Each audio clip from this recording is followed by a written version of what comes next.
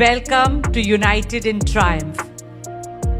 ভাৰতৰ ক্ৰীড়া জগতৰ নেত্ৰী নীতা আম্বানী মেমে অসম্ভৱ কথাটোকো সম্ভৱ কৰি তুলিছে। ক্ৰিকেটৰ সকলো ফৰ্মেট আৰু বলিউডত একেখন মঞ্চত আনিবলৈ সক্ষম হৈছে। আমাৰ ক্ৰীড়াবিদসকলক উৎসাহিত কৰিবলৈ আৰু তেওঁলোকক সমান স্বীকৃতি আৰু প্ৰশংসা কৰিবলৈ সম্প্ৰতি নীতা আম্বানী মেমে আয়োজন কৰিছিল ইউনাইটেড ইন ট্ৰিয়াম্ফ অনুষ্ঠান, য'ত উপস্থিত আছিল বিশ্বকাপ বিজয়ী ভাৰতীয় দৃষ্টিহীন ক্ৰিকেট দল, ভাৰতৰ মহিলা ক্ৰিকেট দল আৰু নিশ্চয় আমাৰ বিশ্বকাপ বিজয়ী পুৰুষ ক্ৰিকেট দল। खेल दिलों को जोड़ता है, भारत को जोड़ता है और आज united in triumph we are going to celebrate them and celebrate their victories. এই সকলৰ সৈতে উপস্থিত আছিল আমাৰ এথলেটিকৰ চেম্পিয়ন সকলো আৰু সকলোকে প্ৰশংসা কৰিবলৈ উপস্থিত আছিল অমিতাভ বচ্চন আৰু শাহৰুখ খানৰ দৰে বহুতো বলিউড তাৰকা।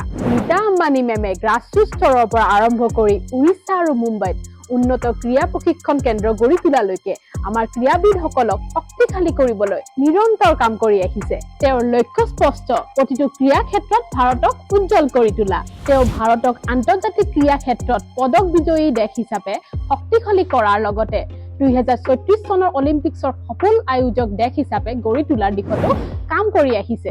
সুনীল গাভাস্কাৰ, শচীন তেণ্ডুলকাৰৰ দৰে ক্ৰিকেটৰ কিংবদন্তি সকলো নীতা মেমৰ অনুষ্ঠানসমূহত সক্ৰিয়ভাৱে অংশগ্ৰহণ কৰিছে। আজি সকলোৱে তেওঁক ভাৰতৰ সত্যিকাৰ ক্ৰীড়া নেত্ৰী হিচাপে স্বীকৃতি দিয়ে।